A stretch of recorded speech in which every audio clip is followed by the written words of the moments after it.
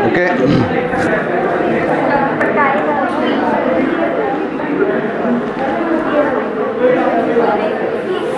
So let us start. कल हम लोगों ने देखा था ट्रांसफार्मर के बारे में, ठीक है। तो एक दो बात है उसमें। सबसे पहले एक ट्रांसफॉर्मेशन रेशियो जो है वो नहीं बताया था, ठीक है, जिसको हम लोग K से डिनोट करते हैं।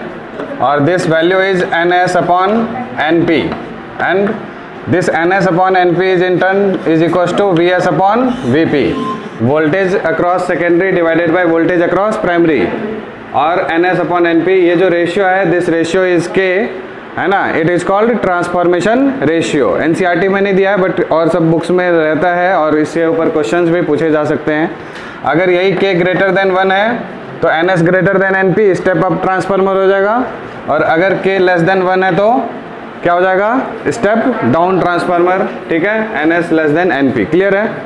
ओके, एक ये बात थी बताने के लिए। दूसरी बात, मैंने कोर के बारे में आपको बताया था, जिसके ऊपर में सॉफ्ट आयरन कोर होता है, जो जिसके ऊपर हम लोग क्या करते हैं, कॉइल्स को मतलब कि बाइंड करते हैं ना, उसके ऊपर में रैप करते हैं। ओके, तो ये जो कोर्स होते हैं सॉफ्ट आयरन कोर, ठीक है, तो ये उनकी जो कॉपर की, मैंने बोला था कॉपर की बनी हुई होती है, तो ये इस तरह से प्लेट्स होती हैं, ठीक है, प्लेट्स इस तरह से,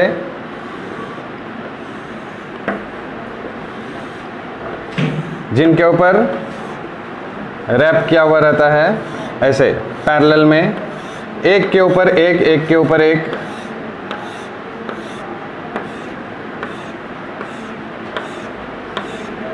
ये 3 डायमेंशनली है, आप इसको समझ सकते हैं अगर।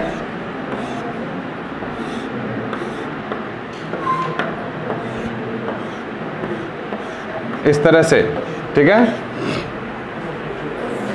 समझ रहे हैं मतलब।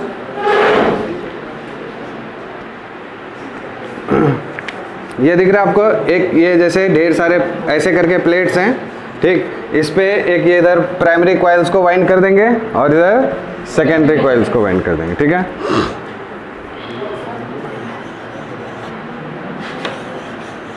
इस तरह से, ओके। तो यहाँ देखिए ऐसे है एक प्लेट, उसके ऊपर इस तरह से, है ना। तो इस तरह से मतलब प्लेट्स जो है ऐसे करके एक दूसरे के ऊपर में ओवरलैप किए हुए रहते हैं, ठीक है। एक जस्ट उसके पीछे इस तरह से ढेर सारे प्लेट्स रहेंगे कॉपर के, ठीक है। तो यही होता है सॉफ्ट आयरन कोर, और यही वो थिकनेस है जिसके अंदर में जो मैग्नेटिक फील्ड जो है और फ्लक्स जो है वो मूव करता रहता है। समझ आ रहा है ना, जिसके ऊपर वाइंडिंग ये करते हैं। तो ये आपको बताया था कि ये कॉइल है, इसमें करंट जैसे ही आएगा तो करंट फ्लो होगा, तो इसकी वजह से फ्लक्स होगा। तो ये फ्लक्स जो है इसी कोर में जाके, इसी कोर में ऐसे करके जाके घूम के फिर दूसरे कॉइल में EMF को इंड्यूस करेगा। समझ आ रहा है ना, due to change in flux. Okay, construction में ये बात समझ में आ रही है सबको। तो ये कोर्स होते हैं, ठीक है। और क्या था बताने के लिए, हाँ एक और चीज़, NCERT में सबसे लास्ट में एक पैराग्राफ लिखा हुआ है, लास्ट नेक्स्ट पेज पे देखिएगा लास्ट में, कि जो हाई पावर ट्रांसमिशंस होते हैं, ये जो क्या बोलते हैं, जहाँ से मैंने बताया था आपको पावर स्टेशन, जहाँ पर इलेक्ट्रिसिटी प्रोड्यूस होती है, वहाँ पर क्या होता है कि कम अमाउंट ऑफ वोल्टेज में जो है वो क्या बोलते हैं, प्रोड्यूस होता है इलेक्ट्रिसिटी कम वोल्टेज का, ठीक। फिर उसको हम लोग क्या करते हैं, उसको स्टेप अप करते हैं, बताया था, ठीक है, वोल्टेज को बढ़ाते हैं। Why we increase the voltage, जैसे यहाँ पर पावर स्टेशन है, ठीक, इस पावर स्टेशन पे जाने के बाद यहाँ पर जो भी वोल्टेज आया प्रोड्यूस हुआ, मान लीजिए 660 वोल्ट प्रोड्यूस हुआ, ठीक, उसको क्या किया जाता है, बहुत ज़्यादा वोल्टेज बढ़ा दिया जाता है, ठीक है, वहीं पे स्टेप अप कर दिया जाता है, ठीक, सो दैट उसको, क्योंकि बहुत दूर तक जाना है, ठीक, तो बहुत दूर तक जाना है तो इस वोल्टेज को भी लेके चले जाते हैं, ठीक है, समझ रहे हैं ना। या फिर सीधा ऐसा करते कि यहाँ से 220 वोल्ट ही यहाँ पर प्रोड्यूस करते और उसी को सब जगह पे सप्लाई कर देते, ऐसा भी तो कर सकते थे, पैरेलल में वोल्टेज सेम होता है, बट ऐसा नहीं। कारण क्या है कि हम लोग जानते हैं कि power equals to voltage into current होता है, ओके। तो अगर हम यहाँ पर वोल्टेज को इंक्रीज करते हैं पावर स्टेशन पे, जब वोल्टेज को इंक्रीज करेंगे, हम जानते हैं पावर क्या होता है, कांस्टेंट रहता है, चेंज नहीं होता, okay, power remains same, got it. So अब जैसे ही हमारा वोल्टेज इंक्रीज करेगा तो करंट डिक्रीज करेगा, समझ आ रही बात, क्योंकि पावर क्या है, कांस्टेंट रहेगा, ठीक है, ट्रांसमिशन के टाइम, ओके। चलिए, फॉर एन आइडियल ट्रांसफार्मर, ठीक है।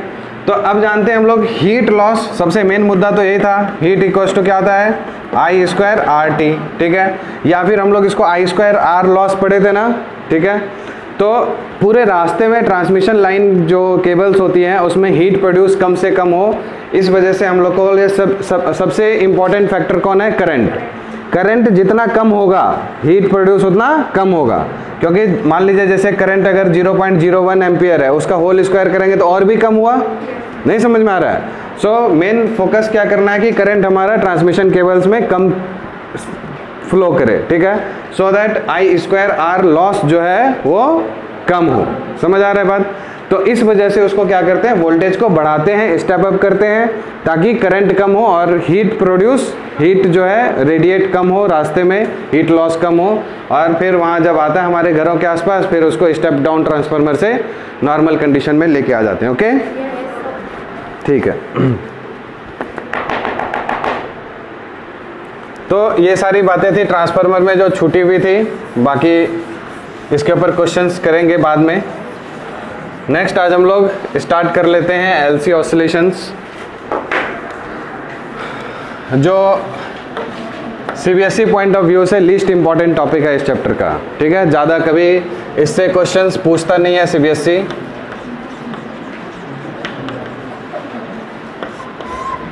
बट हम लोग पढ़ लेते हैं कैसे कैसे ये होता है। एलसी ऑसिलेशन, ठीक है। तो बेसिकली ये जो सर्किट होता है हम लोग शुरू से पढ़ते आ रहे हैं, है ना, इंडक्टर कैपेसिटर, इसमें ये चेंज करता है, मतलब ये जो वर्क करता है किस पे, मतलब कि कैपेसिटेंस को चेंज कर देते हैं ताकि इंडक्टेंस कैपेसिटेंस आपस में इस तरह से रहे। जो रेजोनेंस फ्रिक्वेंसी वाली बात पढ़े थे ना हम लोग, उसमें एल और सी रहता है, ठीक है। तो ये एक्चुअली में ये क्या है, जो ट्यूनिंग सर्किट्स होता है ना, रेडियो में, टीवी में जितने भी होते हैं, एंटीना जो होता है उसमें यही एल और सी होता है, ठीक है।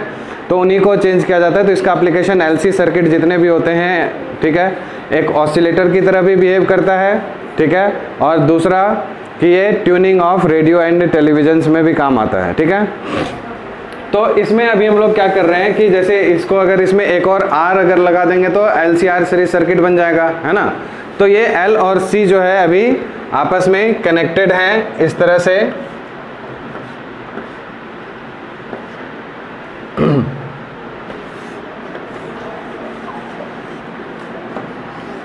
ऐसे, this is C and this is L, okay. तो एक तरह से आप ये बोल सकते हैं कि पैरेलल में कनेक्टेड रहता है, क्योंकि इसके अक्रॉस हम लोग क्या करते हैं, एक बैटरी लगा देते हैं, ठीक है, समझ गए। शुरुआत में, बाद में फिर हटा देते हैं। शुरुआत में लगाने का मतलब है कि शुरू में जैसे ही लगाए तो कैपेसिटर के ऊपर में क्या हो जाता है, चार्ज हो जाता है, ठीक है। तो कैपेसिटर के प्लेट्स पे चार्ज आ जाता है, तो इसी चार्जिंग के लिए हम लोग शुरू में बैटरी लगाते हैं, उसके बाद फिर इसको छोड़ दिया जाता है, ठीक है। तो ये जो एल और सी का कॉम्बिनेशन है, तो इसमें होता क्या है कि कैपेसिटर और इंडक्टर के अक्रॉस, कैपेसिटर एक इलेक्ट्रिकल डिवाइस है, तो इसमें जो भी एनर्जी होगी चार्ज के स्टोरेज की वजह से, है ना, अक्रॉस कैपेसिटर, तो इलेक्ट्रिकल एनर्जी कितनी हो जाती है मालूम है हम लोग को, बोलिए, Q स्क्वायर अपॉन 2C, मालूम है या नहीं, बोलिए ना। और L ये क्या है, इंडक्टर, तो इंडक्टर के अक्रॉस जो होता है, जैसे इसमें करंट फ्लो होगा तो इसके अक्रॉस मैग्नेटिक एनर्जी आ जाती है, स्टोर होती है, ठीक है। और तो ये मैग्नेटिक एनर्जी होती है हाफ LI स्क्वायर के बराबर, ओके, ठीक है। Q की जगह यहाँ पर L आ जाता है, Q की जगह पे यहाँ पर I आ जाता है, C की जगह पे L आ जाता है, इस तरह से आपस में, ठीक है। तो इसमें क्या होता है, इंडक्टर में मैग्नेटिक एनर्जी स्टोर होती है और कैपेसिटर में इलेक्ट्रिकल एनर्जी स्टोर होती है, ठीक है। तो ये क्या करता है, इसमें पूरा प्रोसेस जो है, नाम है इसका ऑसिलेशंस, ठीक है। मतलब इलेक्ट्रिकल एनर्जी और मैग्नेटिक एनर्जी, इलेक्ट्रिक फील्ड और मैग्नेटिक फील्ड आपस में क्या करते हैं, ऑसिलेट करते हैं, ठीक है। ऑसिलेशन का मतलब ये हुआ कि ये, मतलब ऑसिलेशन जानते हैं ना कि टू एंड फ्रो मोशन, ठीक है, समझ गए। तो कभी मैग्नेटिक आ रहा है, कभी इलेक्ट्रिकल आ रहा है, कभी मैग्नेटिक कभी इलेक्ट्रिकल। तो इसका जो मेन ये क्या करता है, इलेक्ट्रोमैग्नेटिक वेव्स का भी फॉर्मेशन करता है ये, ठीक है, समझ गए, क्योंकि electric field as well as magnetic field दोनों ही होते हैं इसमें। क्लियर है ये सब बात, ठीक। तो ये ऑसिलेशंस जो होता है कैसे होता है इसको हम लोग देखते हैं।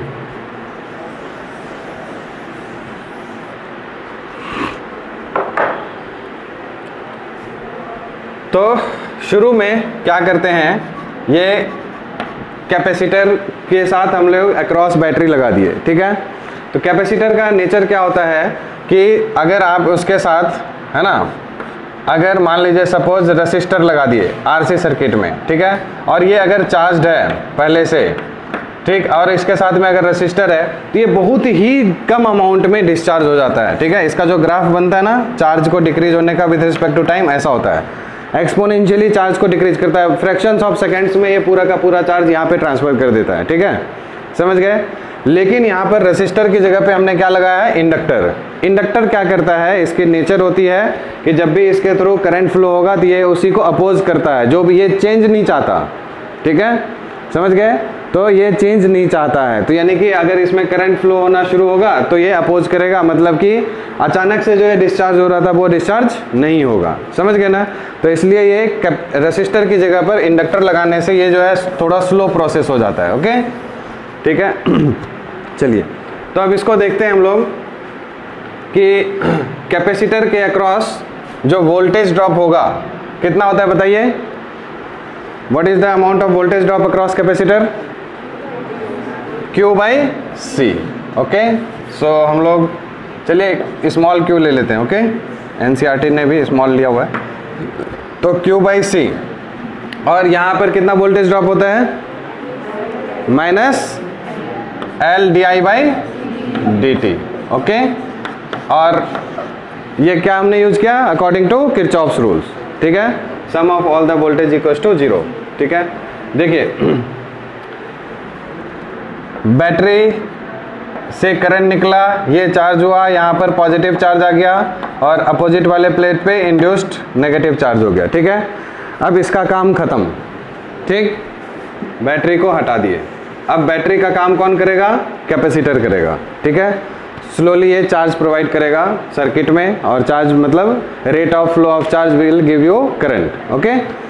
यहाँ से अब ये फुली चार्ज है, तो ये क्या करेगा, यहाँ से चार्ज निकलेगा और उसी चार्ज की वजह से rate of flow of charge की वजह से करंट होगा सर्किट में, ओके।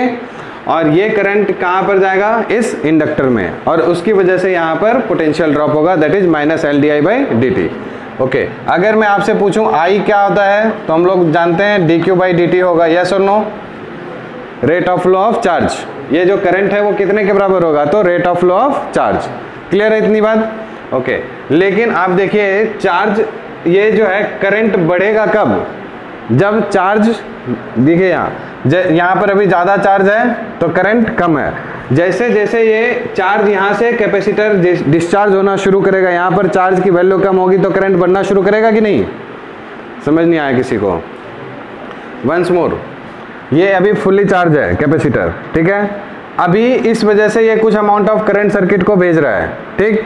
लेकिन क्या होगा कि जैसे जैसे यहाँ का चार्ज कम होना शुरू होगा उतना ये ज़्यादा करंट फ्लो कराएगा सर्किट में, समझ नहीं आ रहा है। इसके पास चार्ज कम हुआ यानी कि ज़्यादा का ज़्यादा चार्ज इसमें भेजा ना सर्किट में, समझ आ रहा है कि नहीं। तो कैपेसिटर के पास तो चार्ज कम हो गया, तो हमने क्यों क्या माना है, चार्ज ऑन कैपेसिटर, है ना, अरे बोलो। तो इसके पास जैसे जैसे चार्ज कम होगा करंट की वैल्यू बढ़ेगी, ठीक है। तो करंट जो है इंक्रीजेज इन द, है ना, with the decrease in charge. So can we write like this, I equals to minus d q by d t, yes और नो, ठीक है, क्योंकि चार्ज कम हो रहा है तो करंट बढ़ रहा है, ठीक है। So from here we can write q by C minus L, है ना, और माइनस माइनस ये क्या हो जाएगा प्लस, ठीक है। आई की जगह पे हमने क्या लिख दिया, d q by d t, तो d two q upon d t square हो जाएगा। समझ आ रहा है ये सबको, क्योंकि d I by d t है तो फिर से डी आई की जगह d q by d t लिखेंगे तो उसका double derivative, second order derivative हो जाएगा। क्लियर है, बोलिए, तो यहाँ से ये देखिए इक्वेशन कैसा बन जाएगा, d2q/dt², ठीक है, और L से थ्रू आउट द हम लोग इक्वेशन डिवाइड कर देते हैं, तो this is equals to q/LC is equals to 0। समझ आया? L से हमने पूरे सर्किट में डिवाइड कर दिया, ठीक है। तो आप देखिए यहाँ से ये कुछ इस टाइप का बन रहा है, जैसे हम लोग 11th में पढ़े थे equation of acceleration equals to -ω²x पढ़े थे। x एक ऐसा डिस्प्लेसमेंट है, ठीक है, जिसको 2 बार डिफरेंशिएट करते थे, है ना, नहीं पढ़े थे, x equals to a sin ωt, ठीक है, इसका वेलोसिटी हो जाता था a cos ωt, फिर एक्सेलरेशन हो जाता था -ω²a sin ωt, ठीक है, सो -ω²x हो जाता था। तो ये ऐसे मोशन कैसे मोशन कहलाते थे? हार्मोनिक, सिंपल हार्मोनिक मोशन, याद आ रहा है? तो उसी तरह से ये जो है सिंपल हार्मोनिक मोशन हम लोगों ने पढ़ा है 11th में कि वो ऑसिलेट करता रहता है, ऑसिलेटरी मोशन है ना। तो सेम ये आप देखिए d2q/dt² यानी कि ये क्या है, d2x/dt² प्लस, है ना, ये इसको अगर हम लोग देखेंगे तो ये d2q/dt² इक्वल्स टू -q/LC हो गया, है ना। तो ये जो है ना, ये जो वैल्यू है 1/LC, ठीक है। आप देखिए यहाँ क्या बन रहा है, वो किसका रोल प्ले कर रहा है? ω² का। नहीं समझ में आया? देखिए d2x/dt² प्लस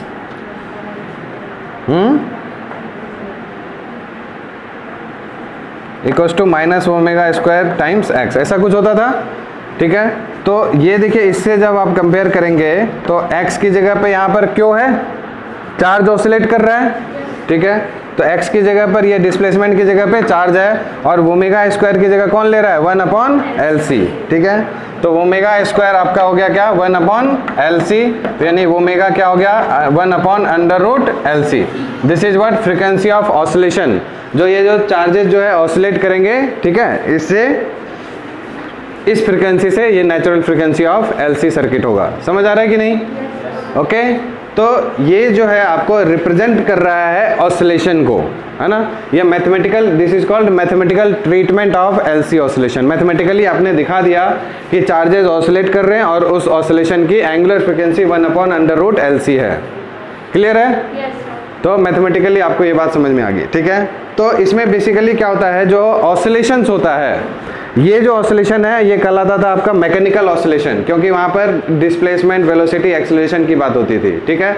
एक स्प्रिंग को हम लोग क्या करते थे, कंप्रेस करते थे या स्ट्रेच करते थे, तो उससे ऑसिलेशन होता था, ठीक है। बट यहाँ पर जो ऑसिलेशन होता है, इस ऑसिलेशन को हम लोग बोलते हैं इलेक्ट्रिकल ऑसिलेशन, ठीक है। ध्यान रहे, मैग्नेटिक ऑसिलेशन नहीं बोलते हैं इसको, ठीक है। इस पे भी MCQ आपसे पूछा जा सकता है, LC ऑसिलेशन में कैसा होता है oscillation, mechanical oscillation, electrical oscillation, magnetic oscillation. This is electrical oscillation is produced due to changing energy of electrical and magnetic across capacitor and inductor, okay. तो ये सारी बातें यहाँ से समझ में आ गई। तो मैथमेटिकली ये ट्रीट किया। अब इसमें अगर आपको सॉल्व करना है इस इक्वेशन को, ये डिफरेंशियल इक्वेशन हो गया, सेकंड ऑर्डर डेरिवेटिव है ये, ठीक है। तो ये this is called differential equation. तो इसमें चार्ज की जगह क्या पुट करें कि आपका ये इक्वेशन सेटिस्फाई कर जाए, ठीक है। तो चार्ज की जगह यहाँ पर ये सॉल्यूशन हुआ, let us assume QM cos ωt plus phi, ठीक है। ये हमने चार्ज की जगह अगर पुट कर दिया तो उसका डबल डेरिवेटिव करेंगे, प्लस Q/LC करेंगे, तो आपको 0 के बराबर आ जाएगा, ओके। तो यहाँ से अब एट t = 0 इनिशियली, तो शुरुआत में क्या होगा, फाई की वैल्यू क्या होगी? 0, ठीक है। और Q जो हो जाएगा वो कितने के बराबर हो जाएगा? QM cos ωt। शुरुआत में Q = QM cos ωt। तो करंट चाहिए आपको, तो करंट इक्वल्स टू क्या होता है? -dq/dt हम लोग देख चुके हैं, बोलिए, ठीक है। सो QM cos का डिफरेंशिएशन -sin ωt और इनटू में t का कोफिशिएंट से मल्टीप्लाई, है ना। समझ आ रही बात? और ये माइनस एक और पहले से भी है ना। ये साइन, कॉस का डिफरेंशिएशन माइनस साइन, और एक माइनस पहले से थे, क्या बन जाएगा? प्लस। सो यहाँ से आप देखिए आई इक्वल्स टू क्या बन गया, q m into omega into sine omega t. Okay, so this is nothing but what, इसको क्या लिखेंगे आप, I equals to I m sine omega t. इसका मतलब जो करंट एम्पलीट्यूड हो गया यहाँ पर, अगर आपसे एलसी ऑसिलेशन में पूछेगा पीक वैल्यू ऑफ करंट कितना होगा, तो हम लोग कितना लिखेंगे, क्यू एम इंटू ओमेगा। ठीक है, so what is q m, maximum amount of charge. What is maximum amount of charge, when capacitor is fully charged. Clear है, और ओमेगा नेचुरल फ्रीक्वेंसी, समझ गए। So that gives you the maximum amount of current that is flowing in the LC circuit, LC oscillatory circuit. Clear है सबको, तो ये complete आपका mathematical treatment है। हाँ, दो बार कहाँ लिखा मैंने, एक ही बार लिखा है ना। ये देखिए कॉस ओमेगा टी का differentiation sign omega T minus sign omega T, और टी का कोफिशिएंट जो है यहाँ पर ओमेगा है। चेन रूल यूज करते हैं ना हम लोग, तो चेन रूल से ये आता है ना, जो भी कोफिशिएंट होता है उसे मल्टीप्लाई कर देते हैं। ओके, हाँ, peak value of current, maximum current I m, पूरे यहाँ पर जो आपका सर्किट में करंट फ्लो होगा दैट इज कभी मैक्सिमम अमाउंट ऑफ करंट कितना फ्लो होगा, that is q m into omega. Okay, समझ आ रही बात सबको।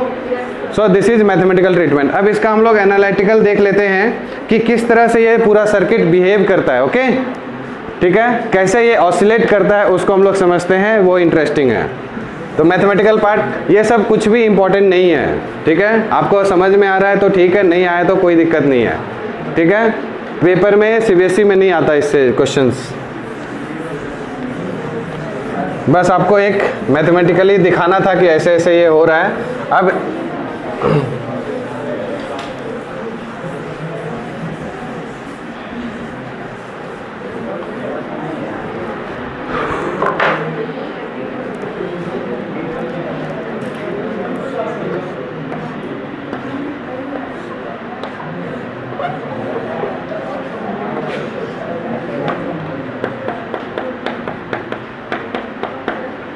देखिए ध्यान से समझिएगा, 3-4 पार्ट है इसके, मतलब टोटल 8-9 फिगर बनते हैं, बट मैं 3-4 फिगर से आपको पूरा फील करा दूंगा कि हाँ कैसे हो रहा है, उसके बाद आप अपने आप खुद से समझ लेंगे। ठीक है, देखिए ये अभी शुरुआती में कैपेसिटर फुली चार्ज है। ठीक है, अब यहाँ पर इसका हम लोग शुरू में चार्ज जो होगा इसके पास कितना होगा, q m amount of charge होगा, मालूम है हम लोग को। और उस समय में जो एनर्जी होगी इसके पास में सिर्फ और सिर्फ कौन सी होगी, इलेक्ट्रिकल एनर्जी होगी।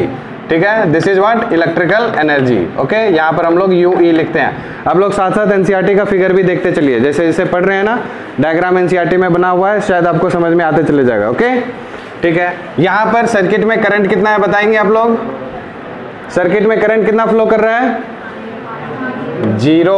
अभी कोई भी करंट फ्लो नहीं हो रहा, कैपेसिटर अभी फुली चार्ज है। ठीक है, समझ गए। अब at some interval time t equals to, ठीक है, 0 पे एनसीईआरटी क्या कहता है, टाइम t इक्वल्स टू 0 पे कार्यक्रम शुरू होता है। ठीक, और ये कैपेसिटर C, ठीक है।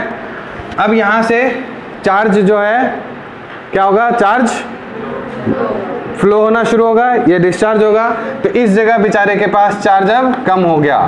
समझ आ रही बात, पहले से चार्ज कम हो गया, और इसके करस्पॉन्डिंगली यहाँ पर क्या होगा, सर्किट में करंट फ्लो होगा, बोलिए। और जैसे ही यहाँ पर करंट फ्लो होगा, इसके पास ये इंडक्टर है L, ठीक है, तो ये इस करंट की वजह से यहाँ पर क्या होगा, मैग्नेटिक फील्ड होगी। क्यों, मालूम है हम लोग को, जैसे करंट देंगे, ये सोलेनॉइड है, करंट देने से मैग्नेटिक फील्ड होगा, मैग्नेटिक फील्ड होने के बाद इसके पास में एनर्जी होगी, कौन सी, magnetic energy, this is half Li²। समझ गए, जितना अमाउंट ऑफ करंट इसके पास फ्लो करेगा उसके आसपास मैग्नेटिक फील्ड होगी। समझ आ रही बात। सो इस डायरेक्शन में है ना, डायरेक्शन ऑफ करंट कैसा होगा, ये चाहता है कि हमारे अंदर में कोई भी चेंज ना आए, ठीक है, इस वजह से करंट को क्या करता है, सेम डायरेक्शन में फ्लो कराता है कि हमारे अंदर में कोई भी बदलाव नहीं आए। तो इस वजह से इसी डायरेक्शन में मैग्नेटिक फील्ड और करंट होगा, इस तरह से, ठीक है।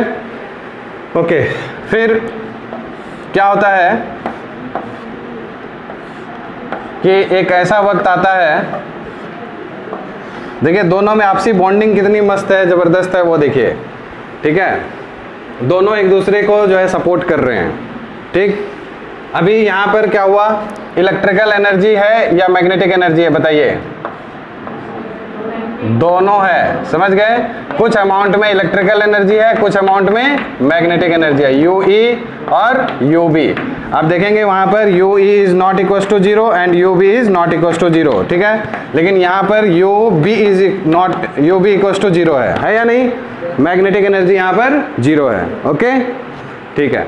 अब एक ऐसा वक्त आएगा, ठीक है, जिस समय में कैपेसिटर के पास में जितने भी चार्ज थे वो सारे के सारे खत्म हो जाएंगे, ठीक है, कैपेसिटर क्या हो गया, फुली डिस्चार्ज। ओके, उस समय में सर्किट में करंट कैसा फ्लो होगा, मैक्सिमम करंट, क्योंकि सारे चार्ज निकल रहे हैं, उस समय में मैक्सिमम करंट होगा। और इसके पास जैसे ही मैक्सिमम करंट होगा, इसके पास मैग्नेटिक फील्ड बहुत ही ज़्यादा हो जाएगी। समझ आ रही बात? तो मैग्नेटिक एनर्जी इस बेचारे के पास में मैक्सिमम मैग्नेटिक एनर्जी हो जाएगी, ठीक है।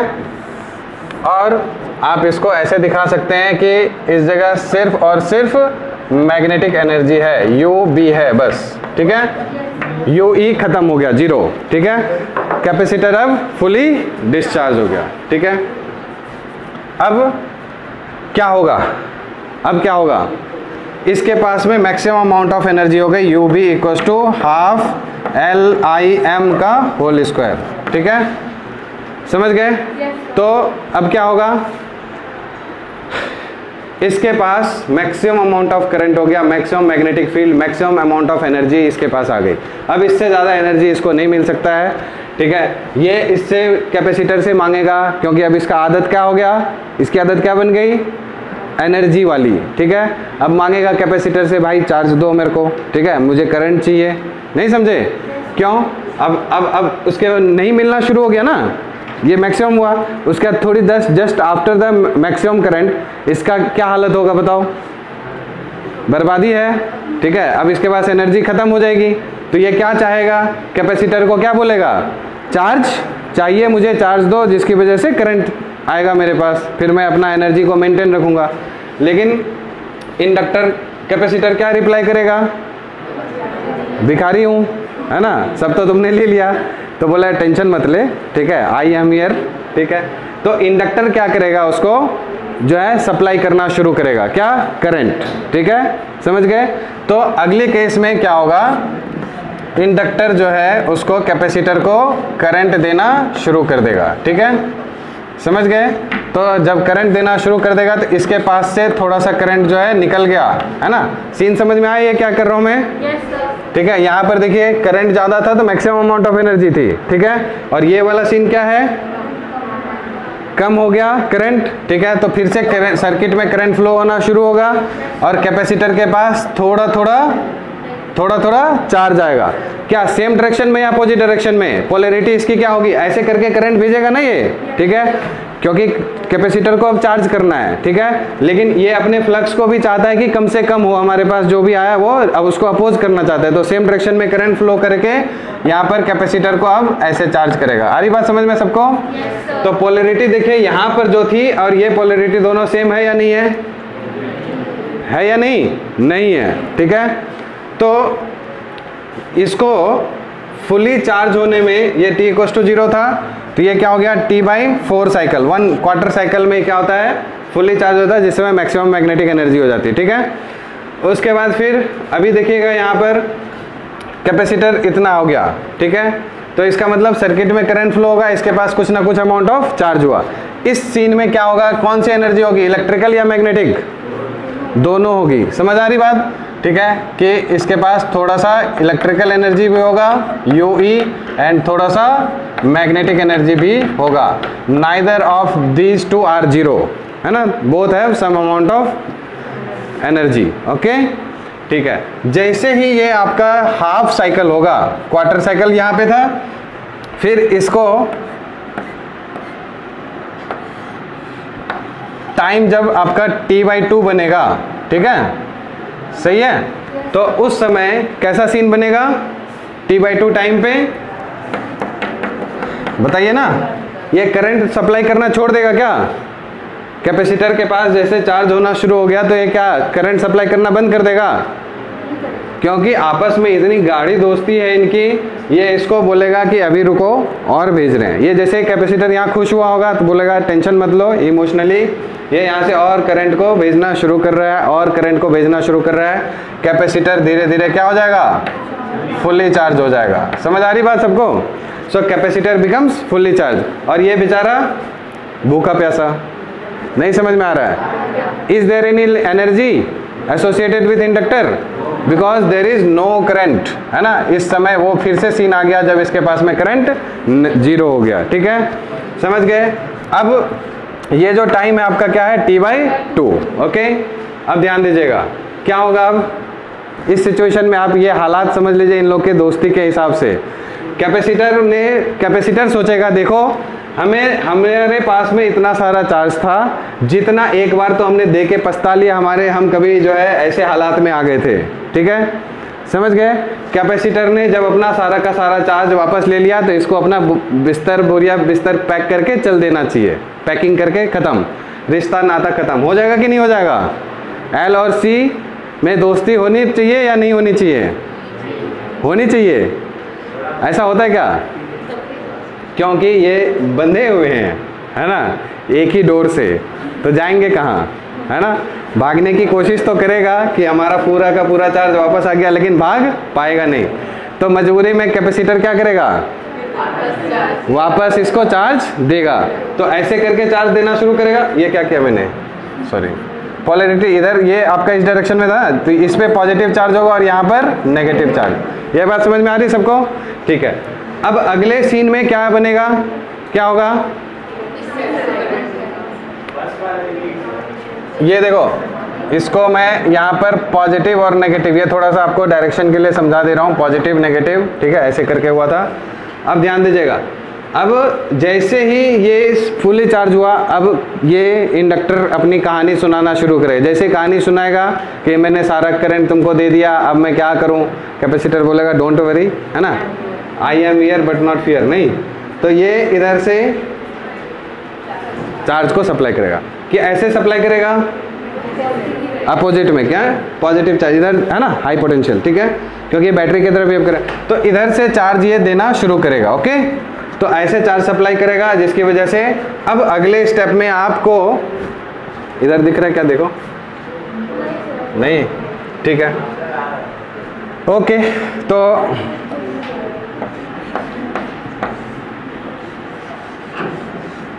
ये आपका C हो गया, ठीक, और ये L है। तो कैपेसिटर यहाँ से चार्ज को फ्लो कराएगा इस डायरेक्शन में, तो इसके पास अब चार्ज क्या हो जाएगा, थोड़ा सा कम। समझ आ रही बात? और करंट का डायरेक्शन ऐसा, करंट इसमें ऐसा फ्लो करेगा, ये पॉजिटिव हो गया और ये नेगेटिव हो गया। ठीक है, तो polarity of capacitor gets changed. ठीक है, और इस वजह से इस सब थोड़ी सी हरियाली आएगी, यस और नो। लेकिन अब मैग्नेटिक फील्ड का डायरेक्शन क्या हो जाएगा, अपोजिट। समझ आ रही बात? ठीक है, तो एक बार मैग्नेटाइज हो रहा था, अब एक बार डीमैग्नेटाइज। ऐसे ही मैग्नेटाइजेशन, डीमैग्नेटाइजेशन। तो एनर्जी देखिए क्या हो रहा है, एनर्जी कभी इसके पास में कौन सी एनर्जी थी, इलेक्ट्रिकल, फिर मैग्नेटिक, फिर यहाँ पर कौन सा आ गया, फिर कंप्लीट इलेक्ट्रिकल एनर्जी, है ना। तो यही एनर्जी जो हो रहा है आपस में ऑसिलेट कर रहा है, आपस में शेयर कर रहे हैं एक दूसरे के साथ। ठीक है, तो back and fourth movement of, back and fourth exchange of energy हो रहा है। ठीक है, चलिए अब यहाँ पर कौन सा सीन बनेगा, कौन सी एनर्जी, इलेक्ट्रिकल या magnetic, both electrical energy as well as magnetic energy. ठीक है, समझ गए। और फिर 3/4 साइकिल, है ना, तो उस समय क्या हो जाएगा बताइए, ये इसमें क्या होगा, ये कैपेसिटर फिर से भूखा प्यासा, ठीक है, और फिर सारा का सारा करंट जो होगा किसके पास, इंडक्टर के पास होगा, यानी ये मैक्सिमम जो है मैग्नेटिक फील्ड प्रोड्यूस कर रहा होगा। ठीक है, अपोजिट डायरेक्शन में। ओके, और यहाँ सिर्फ और सिर्फ कौन सी एनर्जी होगी, मैग्नेटिक एनर्जी होगी, UB। ओके, क्लियर है? तो आप देख रहे हो यही प्रोसेस चलता रहेगा तब तक जब तक कि अपने ओरिजिनल स्टेट में ना आ जाए। क्लियर है? सो this is what, this is LC oscillation. इस तरह से ऑसिलेट्स होते रहते हैं, इसी को हम लोग LC ऑसिलेशन बोलते हैं। कोई प्रॉब्लम? मैथमेटिकल ट्रीटमेंट भी हम लोग समझ गए थे, इलेक्ट्रिकल और मैग्नेटिक फील्ड आपस में ऑसिलेट होते हैं एक दूसरे के साथ, ठीक है। एक चीज़ देख लेता हूँ, इसके बारे में एक दो बात है जो लास्ट में लिखा हुआ है, ठीक है, और कुछ छूट तो नहीं गया। इसको आप लोग एनसीईआरटी से पढ़िएगा, बिल्कुल समझ में आ जाएगा। इसको कोरिलेट किया है किसके साथ? मैकेनिकल ऑसिलेशन के साथ। वहाँ पर अभी हमारा ओमेगा कितना आया था? 1/√LC। मैकेनिकली जो होता है जहाँ पर इलेक्ट्रिक पोटेंशियल एनर्जी और काइनेटिक एनर्जी आपस में चेंज होते हैं, वहाँ पर ओमेगा होता था √K/m, है ना। यही सब चीज़ कंपेयर करके देखा है एनसीईआरटी में। एक टेबल बना हुआ है ना, कौन सा टेबल है? 7.1, जहाँ पर वहाँ मास था, मास की जगह यहाँ पर कौन है? इंडक्टेंस, ठीक है। फोर्स कांस्टेंट K की जगह यहाँ पर रेसिप्रोकल कैपेसिटेंस 1/c। आप देखेंगे इक्वेशन को कंपेयर करेंगे। डिस्प्लेसमेंट जहाँ पर x आ रहा था वहाँ पर चार्ज आ रहा है, ठीक है। वेलोसिटी वहाँ dx/dt था, यहाँ करंट जो है v की जगह यहाँ पर जहाँ पर वेलोसिटी था यहाँ करंट हो गया dq/dt, ठीक है। और मैकेनिकल एनर्जी वहाँ पर ½ potential energy plus ½ kinetic energy. और यहाँ पर electrical as well as mechanical Q²/2c और ½ Li²। क्लियर है? अब इसमें लास्ट में दे रखा है कि क्या होता है, जो इंडक्टर होता है आपका इसमें लगा हुआ है, ठीक है। ये इंडक्टर, ये एक कॉइल है, इसकी अपनी कुछ ना कुछ रेसिस्टेंस होगी, समझ आ रहा है ना। तो ये जो है प्योर नहीं बन पाता है, ठीक है। तो इसका जो रेसिस्टेंस होता है, जिसकी वजह से, समझिएगा ध्यान से, इस रेसिस्टेंस की वजह से ये प्योर फॉर्म में नहीं रह पाता है, एलसी ऑसिलेशन, एलसी सर्किट, ठीक है। तो इसका क्या होता है परिणाम कि एक ऐसा समय आता है कि ये रेसिस्टेंस की वजह से कुछ अमाउंट ऑफ एनर्जी जो है लॉस होती रहती है, और ऑसिलेशन जो है आपका, ये प्रॉपर ऑसिलेशन कहाँ पर लिखूँ मैं, जैसे ऑसिलेट कैसे करता रहता है, electric field magnetic field, electric field magnetic field, ऐसे करके ऑसिलेट करता रहता।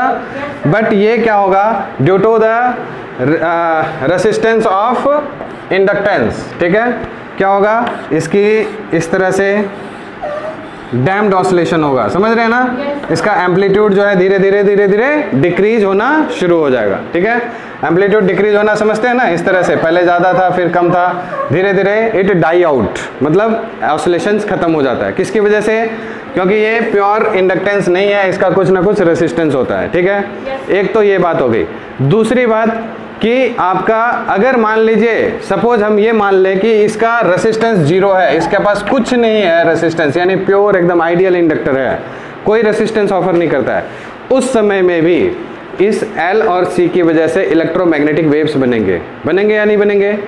तो उसकी वजह से जो एनर्जीज है ना, इलेक्ट्रिक फील्ड और मैग्नेटिक फील्ड की वजह से वो एनर्जी क्या होगा, रेडिएट होगा, ठीक है। तो एनर्जी फिर से लॉस होगा, एनर्जी लॉस हुआ यानी उसका एम्पलीट्यूड जो है फिर से डिक्रीज होगा और वो फाइनली डाई आउट होगा, समझ गए ना। तो ये दो बातें आपको लिखी हुई है एनसीईआरटी में। तो इस तरह से एलसी ऑसिलेशन आपका खत्म हो जाता है, ओके। इसके ऊपर में एक्सरसाइज में क्वेश्चन नंबर 7, 8 है, बिल्कुल फॉर्मूला बेस्ड, उसको पुट कीजिए, आंसर आ जाएगा, ओके। और 12 का भी है, शायद 2 पार्ट उसमें, फर्स्ट और सेकंड, या ऐसे first second third part, okay.